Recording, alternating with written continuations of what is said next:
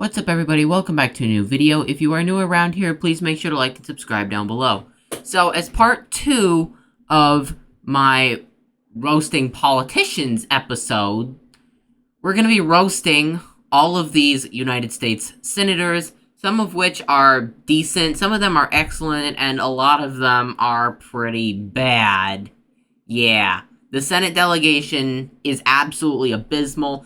Over half of these people absolutely have to retire, or they have to leave, or they have to get out of the way. But we also have a bunch of good ones. So we're going to go ahead, we're going to work from the Alabama Senate delegation all the way down to the Wyoming Senate delegation. So we're going to start off with Tommy Tuberville. Honestly, I've had mixed opinions about the guy, but after he had his hold on DOD nominations and other things related to that, he's been extremely based and solid. I'd like him to run for the next majority leader, but honestly, I don't think that's going to happen. And while he lifted his DOD nominations, he really was able to stand out and protest those really largely. Tommy Tuberville's getting an S, along with Katie Britt. She's been solid. She's only been in the Senate now for about a year or so, but she's had a pretty solid record. She hasn't really been too bad. Next up, Lisa Murkowski, complete failure. She doesn't even know what she's doing. She voted to impeach Trump. That's pretty much be a red flag. And she's in Alaska. The only reason she won is because of their silly top 4 primary system plus the ranked choice voting. The fact that you can't take her out with Kelly Shabaka is baffling to me, if I'm being totally honest. Now, Dan Sullivan, this guy, he's kind of average. He's not the best senator, but a lot better than Murkowski, and at least he's backing Trump, where Murkowski backed frickin' Nikki Haley, who, in my honest opinion, was not that great. John Boozman, not that great. Complete failure. Not a complete failure, but he's not as bad as Murkowski, but not good. Now, for the other Arkansas senator, Tom Cotton. Now, Tom Cotton is a weird guy. I personally like him at the end of the day, but while he did do a couple of base things, he's not been extremely based lately. Now, this isn't a list based on baseness. This is a list based on voting record and state electorate. Now, for a red state, sure, Tom Cotton's okay. He's not great, but he's not, like, perfect either. But I'm going to put him in solid. He's a lot better than this guy here, than a lot of these other people here in the not good or failure tier, and hopefully he can maybe improve, but it seems like he's going downhill. Now, Rubio, on the other hand, is flipping. He's flipping the script. He's getting better and better. He's a Latino. I would honestly like to see him go for another candidate, possibly throw in the mix for majority leader, and try to block some of the other rhinos on here from assuming the role for maybe the next 20 years. I don't know how long he's going to be in the Senate, but he probably will be in the Senate for much longer. I'm going to put him in solid. Now, Rick Scott, he challenged Mitch McConnell, as we all know, in 2022 for majority leader, or minority leader, and he got destroyed. He got like 10 votes or something silly like that in the Republican conference behind closed doors. We all know how bad, that just proves how bad the leadership in the Republican Party in the United States Senate actually is. And, well, I don't think it's going to get all that much better anytime soon, but just for challenging Mitch McConnell, he is going to get a great rating from me. Now, we're doing it by my actual names instead of by the letter scale, which I theoretically probably should add the letter scale anyway, so we know exactly what we're talking about. And there you have it. Next up, Mike Crapo, or I'm going to just use the word Mike Crapo, because Mike Crapo really is crap. He's not very good. He's a D-tier senator at best. Maybe you could say C-tier, but in real honesty, he's not all that great, if I'm being totally honest. Now, Jim Risch, another complete establishment shill. Not as bad as Crapo, but still not very good either. I'm going to put him in C-tier. Now, Todd Young, this guy's a complete disaster. He won't even endorse Trump. He voted for his impeachments, from what I've seen and from what I've heard. Not great. Trump should probably should have endorsed a primary challenger against him in 2022, but I don't think he had a primary challenger. If he did, I hope he would have backed him, because it's a safe red state, and yeah. I wish that Jim Banks went to primary him, but unfortunately he did not. He wanted to stay in the Senate. Now, Mike Braun, he's leaving the Senate and he's going to run for governor of Indiana, which I don't really have an issue with him, because the Senate really is not that great. But overall, he's one of our better senators overall. I'm going to put him in B tier. Very solid on the issues in terms of the voting record. Now, Chuck Grassley, this old guy that's basically been here forever. He's in his 90s. He probably should retire, but he seems to still be rather sharp. He's not, like, my favorite senator, but he's not the worst senator in the caucus either. We're going to put him in the C tier. Johnny Ernst, or however you pronounce her name. Johnny Ernst, yeah, Johnny Ernst. That's how you pronounce her name. I'm going to put her as well in C tier. The Iowa Senate delegation is nonetheless rather awful, and she came out of the quote-unquote 2014 class, which we'll get more into later. The 2014 class was downright awful, and it left us with several rhinos that we'll cover even more of them later on. But anyway, with that being said, next up, we have Jerry Morin. Jerry Morin, I don't know too much about the guy, but from what I've seen, he's alright. We're going to put him in C tier. Roger Marshall, he's rather been interesting, just like a lot of these others. Roger Marshall surprised me, similar to the way Tommy Tuberville, even though he's not S tier level, he's definitely, I'd say, solid tier at best. He's not great, but also not the worst senator. We have a lot more rhinos to get rid of than him. His voting record's been rather solid in the Senate, even though it's not been great in the House. So I really don't know what's gotten to him or what's changed in him. Anyway, Mitch McConnell himself, we're going to go ahead, we're going to create a new tier called the Mitchy Ditchy tier. Mitchy Ditchy means basically means Mitch McConnell has to go. He's been in the Senate for absolutely way too long. He's been in the Senate since 2014, or not 2014, but he's been in the Senate since 1985. He's been here way too long. He'd better retire in 2026. He's stepping down from Senate leadership, and considering the Kentucky legislature just stripped the power of the governor to appoint a successor, that might indicate that he'll resign early or not. Hopefully he will, but he'll probably retire in 2026. If he doesn't retire, Trump needs to look for a primary challenger. Now, Rand Paul, I think he's pretty solid for the most part. I'm going to give him A tier. He's not, like, my favorite. He's technically a libertarian, but he's honestly not that bad, and he's also a doctor as well. He's got a doctorate, so that's another thing. He's not a career politician, even though he may have been in the Senate since 2011. He has not been a career politician for his whole life, unlike the turtle himself, who the other senator is from the state of Kentucky. And his voting record's not bad either. I will give him an A tier. The Kentucky GOP has many rooms for improvement, but Rand Paul getting out of the Kentucky GOP is not that bad. Anyway, Bill Cassidy voted to impeach Trump. Put him in F immediately. Now, John Kennedy, as a lot of people call him, he's not the best either. I don't know what's with the Louisiana Senate delegation, but they are completely awful for the most part. He's definitely better than Bill Cassidy, but not by a lot. He says a bunch of weird things that kind of are funny, but at the end of the day, his voting record's not very solid, and he's from a very red state, Louisiana, as I already mentioned, and he definitely could be a lot better. Now, Susan Collins, because this is basically based on, like, state level along with voting record. She's from Maine. We're gonna put her in D tier. She's better than Murkowski, and yet she represents a Biden state. Her voting record's awful, don't get me wrong on that. Her voting record's not good, but for Maine, you really think we're gonna get anybody better than her in that Senate seat? That's a Republican. At least she will vote with us some of the time, whereas someone like Lisa Murkowski or a Democrat would almost never vote with us, for sure.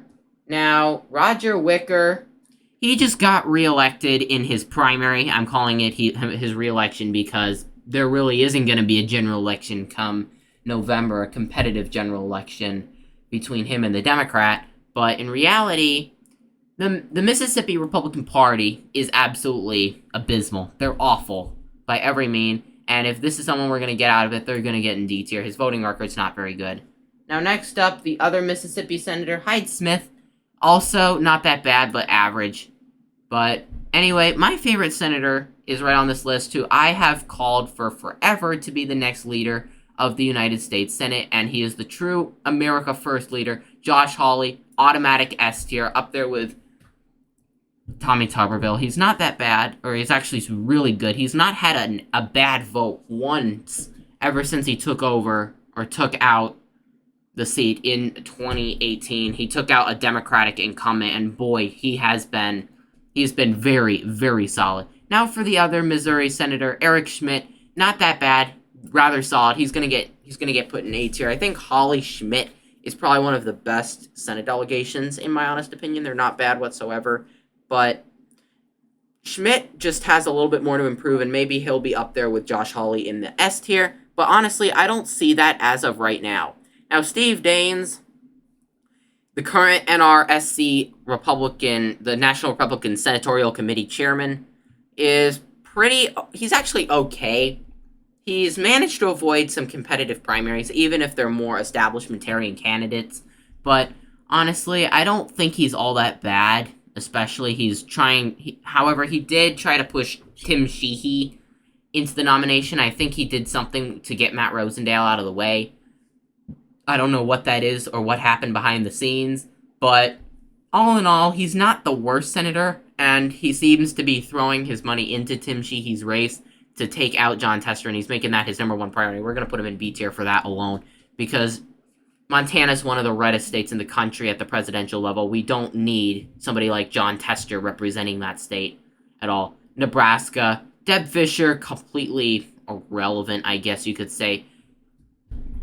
She's pretty silent. She's not real, generic. She's basically just a generic R. Same goes for Pete Ricketts. I don't know why Jim Pillen decided to appoint him to the Senate seat after Ben Sasse left. Ben Sasse was never really good in the first place, but Pete Ricketts, he wasn't that great as Nebraska governor, and now Pillen puts him in the Senate. Then Pillen might run for the Senate in 8 years from now. Then Pete Ricketts, we have more people to be more concerned over than Pete Ricketts, but at the end of the day, Pete Ricketts, he's probably going to be in the Senate for 15 to 20 years, then he's probably going to be a career corrupt politician. I pray that John Glenn Weaver will primary him out, but honestly, I don't see that happening as of right now. But we're going to put him in the C tier. He's not bad, but not great either. Tom Tillis, again, 2014 Senate class. We all know where this guy's going. Failure.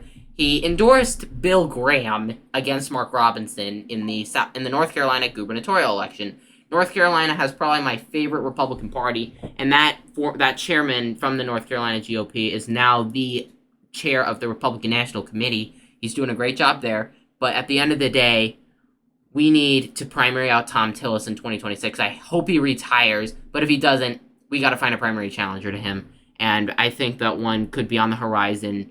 If Dan Bishop just loses the Attorney General seat, he should run to primary out Tom Tillis for sure. Now, Ted Budd, very solid guy. Trump endorsed him. I don't regret personally throwing my support behind him. I think he's been phenomenal so far. He's been really good in the House and also really good in the Senate. And he could also possibly be a solid candidate for the next or the next Senate Majority Leader. But honestly, he hasn't been in the Senate for very long, so I really don't think that would be a good idea, especially at this time. But anyways, on to North Dakota. North Dakota, irrelevant senators, both of them. We've got John Heaven and Kevin Cramer. Kevin Cramer is a little more they're both pretty establishmentarian, and I hope that somebody that's a little bit less establishmentarian or a Freedom Caucus type of Republican primaries both of these bozos out come their next election, which John Heaven was just reelected in 2022, and then Cramer was just reelected in 2018, and he's going to be up for reelection later this year. Hopefully he can lose his primary, because we should definitely have some better senators. The Senate delegation is absolutely awful as is.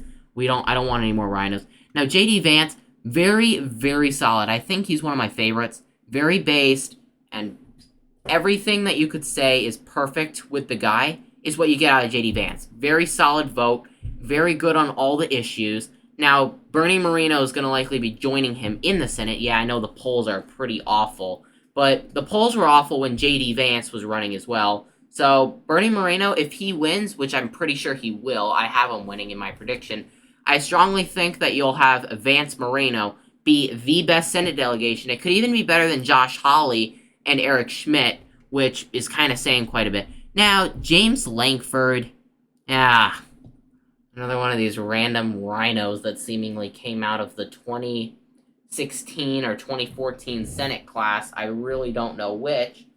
It was the 2014 Senate class. He came out of the 2014 Senate class. Completely just awful. Awful all around. I mean, he was the one that crafted that complete border bill that claimed to secure the border, and all it did was provide amnesty. That's literally all it does, and grant extra illegal immigrants in, because he tried to pass that bill because his boss Mitch McConnell apparently must have told him to. He's also in Senate leadership, and for Oklahoma, which is probably one of the more red states in the country, even though Stitt underperformed quite a bit, Oklahoma is probably still one of the reddest states in the country, and I hope and pray that he retires the next time he's got an election. No, Markwayne Mullin, the other senator, just kind of irrelevant. He's better than Lankford, but he's also not good. I'm going to give him D tier. They probably both should be an F tier, but at the end of the day, Lankford is awful. Mullin is also not good. Now, Lindsey Graham, I honestly hate Lindsey Graham. Rumors are swirling that Ralph Norman is going to be recruited as a primary challenge to him, and I pray to God that he does run, because we can do just so much better than Lindsey Graham in the state of South Carolina, and I know Trump regretted endorsing him. Now, Tim Scott, beside him being a man of color, what does he really bring? His voting record's okay, better than Lindsey Graham's, but he's also not very good either. I'm going to put him in C tier. He's just kind of there. He's not bad, though, but he's also not great.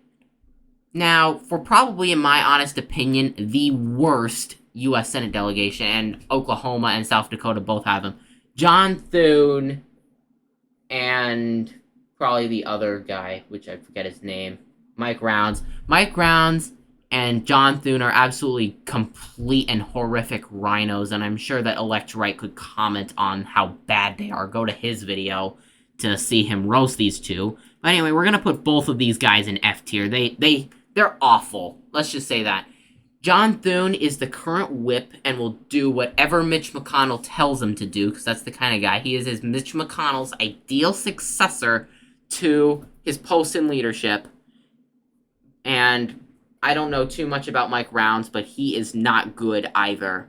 But John Thune, we gotta try to get one of these people that are a little bit higher on the list to try to primary out and avoid Thune from becoming majority leader for the next 20 plus years, or however long he would assume the position for. And that just can't happen.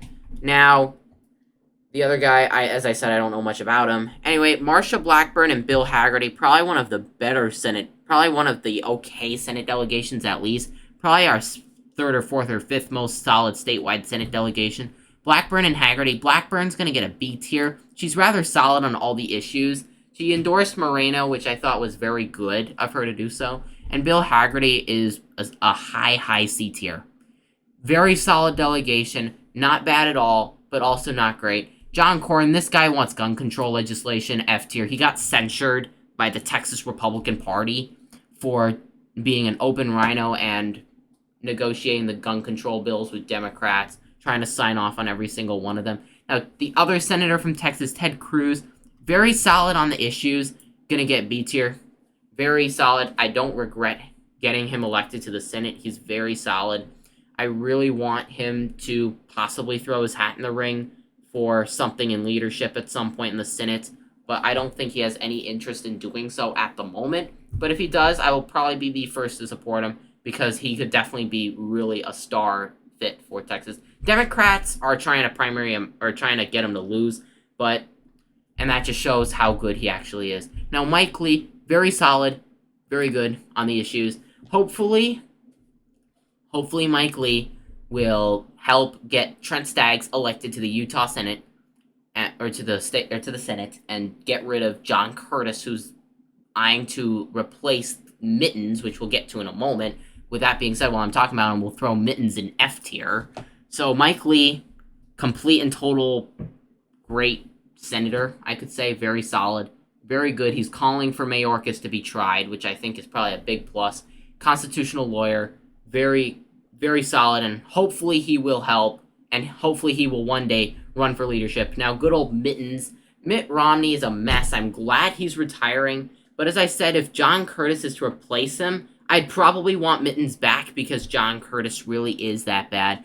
Now, going on to my second least favorite Senate delegation after I want to say Oklahoma. South Dakota is my least favorite. My third most favorite Senate delegate, or my third least favorite Senate delegation is probably West Virginia. Shelley Moore Capito is awful. She's not great. She's basically like a Democrat working with Joe Manchin on a lot of legislation, and hopefully we can get somebody like Alex Mooney or Derek Evans to primary him out, both of which I absolutely love both of those candidates, and hopefully that he can do so. Next up, Ron Johnson. I actually think Ron Johnson for a swing state is actually very solid. We're going to put him in B tier. Now, the last Senate delegation is Wyoming. Wyoming, you've got John Barrasso, who's the current conference chair. I'm going to give him about a B tier rating. He's solid on all the issues. He's vocally friendly with Trump. He doesn't clash with him, which is very important. And I honestly hoped that he would get in there and he would run for Senate Majority Leader. He's running for the whip, and I think he did that because he would have a steep hill to climb in terms of the Senate Majority Leader position, because you're going to have people like John Cornyn, this guy here, along with this random weirdo here, both vying for that position, and it would be a really steep climb for Barrasso to do so. I wish Barrasso did run for the position. He would be way better than both of them, and he's well-liked by the Republican conference. He's the current chair and very solid on the issues. Now, Cynthia Lummis, I haven't studied much about her, but she's average around C tier. So anyway, there you have it. There's my Senate tier list. We got a bunch of solid people in the Senate, a bunch of average people, a bunch of D and F tier people. All of those D and Fs need to go. We need to find primary challenges to all of them. But a lot of these, correct me if I'm wrong, but I'm just looking at like what they have, what they bring to the table, their voting records. I'm just looking for an above average type of voting record to get in like C tier. That's like an average voting record to get into C tier. Then B has like a very good voting record. A is a great voting record. I mean, Katie Britt and some of those may not be my favorite senators, but their voting records are okay. And they're not to be concerned of. We don't have to be concerned with those. But anyways, thank you guys so much for watching. If you did enjoy the video, please make sure to like and subscribe down below if you're new. Anyways, enjoy the rest of your day.